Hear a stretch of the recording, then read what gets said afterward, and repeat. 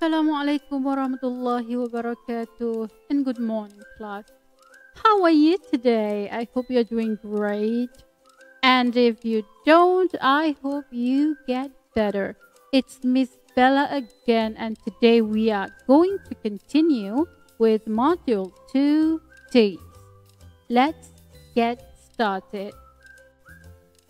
For today's lesson, we are going to focus on grammar aspect. Present simple questions. Previously, we learned the present simple, affirmative, and negative sentences. Today, we are going to focus on how to write questions in present simple form. There are 4 important rules that you have to pay attention to and remember. Ada 4 peraturan yang perlu kamu ingat dan ambil perhatian untuk questions present simple. The first one, number 1. We use do or does before subject to make present simple questions with regular verbs. Okay, kita gunakan perkataan do ataupun does sebelum subjek untuk buat soalan menggunakan kata kerja yang regular. Second rule, no s to the she, he, it or singular forms of regular verbs in questions. It means that dalam ayat ataupun soalan yang menggunakan he, she, it ataupun singular subject, verb tidak perlukan s. You don't need to put s to the verb.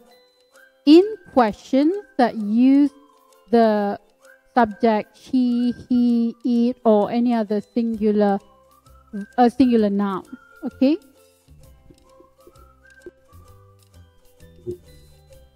Three, put question words.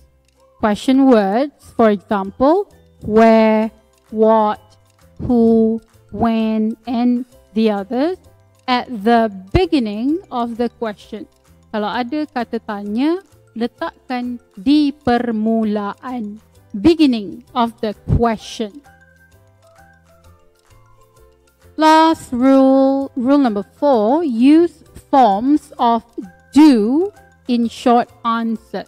Okay, maksudnya gunakan jawapan do ataupun does dalam jawapan-jawapan pendek kepada soalan yang menggunakan do ataupun does tadi. Okay, if you're writing the short answers, you can use the forms of do. Okay, I give you example after this. Let's take a look at some question examples. I'm going to show you where the rules are applied and how to use the word do or does in your questions and also in your answer. Let's see. Let me show you an example. I have a sentence here. What does Aiman eat on Hari Raya? Okay, we have 4 rules that I explained to you just now. Ada 4 peraturan that you have to remember when it comes to present simple questions. Okay, this is a question because you can see ada tanda soal. That means this is a question. Alright, so now let's look at rule number 1. Apakah peraturan yang pertama? The first rule is that we use do or does before the subject. Kita gunakan perkataan do ataupun does sebelum subject. Okay, in this sentence, the subject is Aiman. Subject adalah sesuatu yang kita nak ceritakan. Who are we talking about? What are we talking about? So now we are talking about Aiman. So Aiman here is the subject. Alright, so kita letak does sebelum Aiman. Okay, just like rule number 1. we put does or do before the subject. Okay, macam mana nak pilih antara do ataupun does? Of course, we look at our if our subject is singular, we use does. If our subject is plural, we use do. Okay, Aiman lemah, singular, berseorangan. So the verb pasangan dia mestilah kuat, means ada s. That's why we use does for Aiman. Okay, what does Aiman eat on Hari Raya? Now we use regular verb. Okay, regular verb. Regular verb means perkataan yang boleh ditambah s di belakang dia. Okay, perkataan yang tidak berubah ejaan, the spelling doesn't change. Okay, that is regular verb. Kalau kita nak buat ayat, kita tambah s ataupun tidak. So now, this is rule number 1, right? Kita letakkan do ataupun does sebelum subject. Rule number 2 is we don't put s. Kita tidak akan letak s. Okay, as you can see here, seperti yang kamu lihat di sini, dalam ayat ini, the word eat, we don't put s. Walaupun subject dia singular. Okay, as we learned in previous lesson, if we use singular subject, verb dia singular, and we have to put s, betul tak? Okay, Aiman lemah, so jadi nak gunakan verb dia mesti ada s kan? Okay, not in a question. Kalau dalam soalan yang you gunakan perkataan do ataupun does, that does not apply. Okay, peraturan tu tidak akan digunakan dalam ayat ini. So, tidak perlukan s.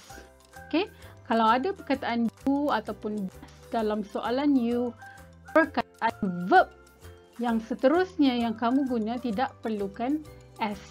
Okay, that's why the verb here is root verb, kata dasar. So this is your second rule. Peraturan yang kedua, we don't put s if we use the subject yang singular. He ke, he, she, it, or we use a name, nama-nama orang yang singular, we don't put s, okay, in the question. We only use the s in the do.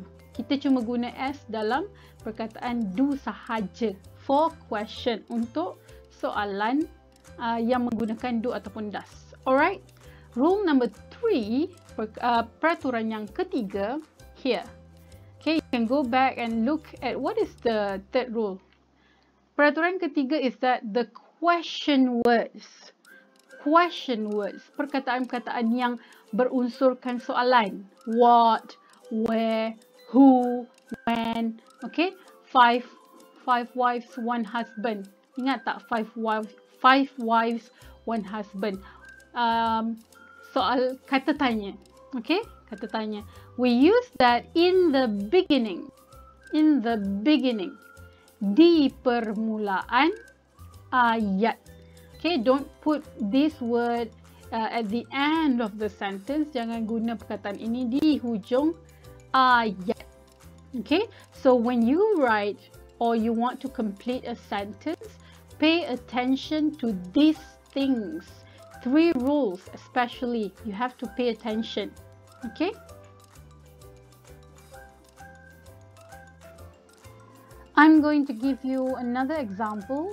This time I give the answer for example, to show you.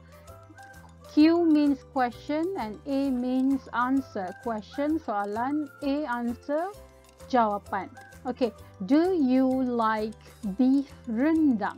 Do you like beef rendang? Okay, do.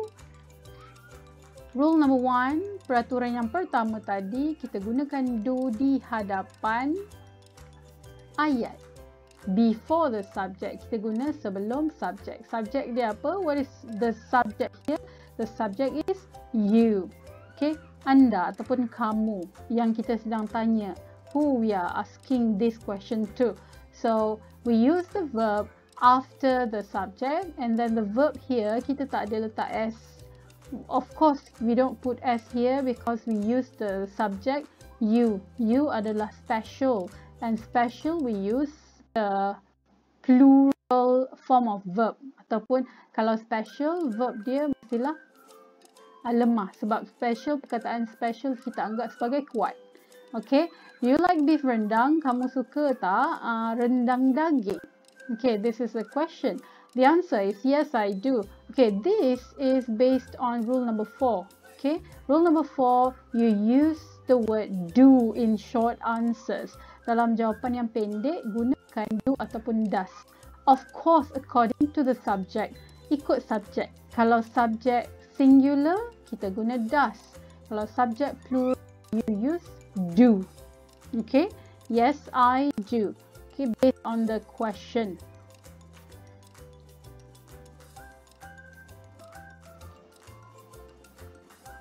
More examples. Alright, I want to do this with you. So you think of the answers and then you compare your answer with my answer. If your answer is wrong, then you need to find out what is wrong.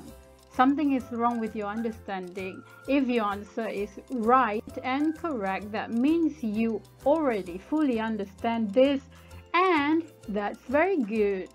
Okay, let's look at the first sentence, ayat yang pertama.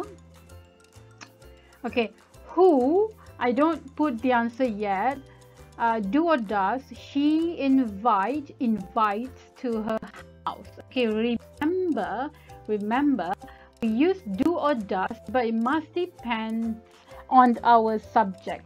So in the sentence, subject is she. This is the subject. So we must find the correct verb here. What is the best verb to pair with she? She is singular, lemah. So the verb that we want to use with she must be kuat. Okay, kuat means ada s, so the answer here is does. Who does she? Now the second verb yang kedua we want to use with the subject. Okay, this time the rule that I told just now, kuat lemah, we don't apply that here because we already used does. Kita dah ada does, so the second verb cannot have s. Tak boleh ada s, so the answer should be invite. Root verb kata dasa. Who does she invite? Jemput to her house, ke rumahnya. Okay, second, does they eat at the cafe? Okay, so let's again look at the subject. The subject is they is plural, kuat. Okay, more than one, lebih daripada satu, kuat. So the verb that we want to pair with they must be lemah, tiada s, so the answer should be do. Do they? Okay, second verb, we use eat, no s, tak ada s, tak ada s. Kalau ayat biasa pun, kalau kita nak pairkan dengan they, kita tak letak s sebab they sudah kuat, so verb dia mesti lemah. Okay, if you just remember, if you use do or does, kalau kamu guna ataupun does dalam soalan kamu, verb yang kedua kamu gunakan s, guna kata dasa, at the cafe. Okay, the third sentence, does the cat drinks milk? Alright, look at the subject. The subject is the cat. Cat is singular, lemah. Okay, satu, seorang. Then the pair must be kuat, does the cat. Okay, again the rule is second verb that you want to use in the question dalam ayat ini adalah verb yang kedua. Okay, tidak perlukan s, kata dasa sahaja. Okay, that's important, you have to remember. Okay, it's different from the statement, lain dengan ayat penyataan. Kalau ayat penyataan kita akan tengok subjek, lepas tu verb kita pilih berdasarkan subjek. kuat ataupun lemah. Okay, but you remember if it's a question, kalau dalam satu soalan kamu dah guna do ataupun does di hadapan, verb yang kedua kamu nak gunakan selepas subjek itu tidak perlukan s. Okay.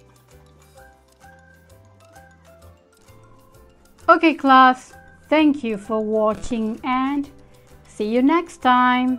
Bye bye.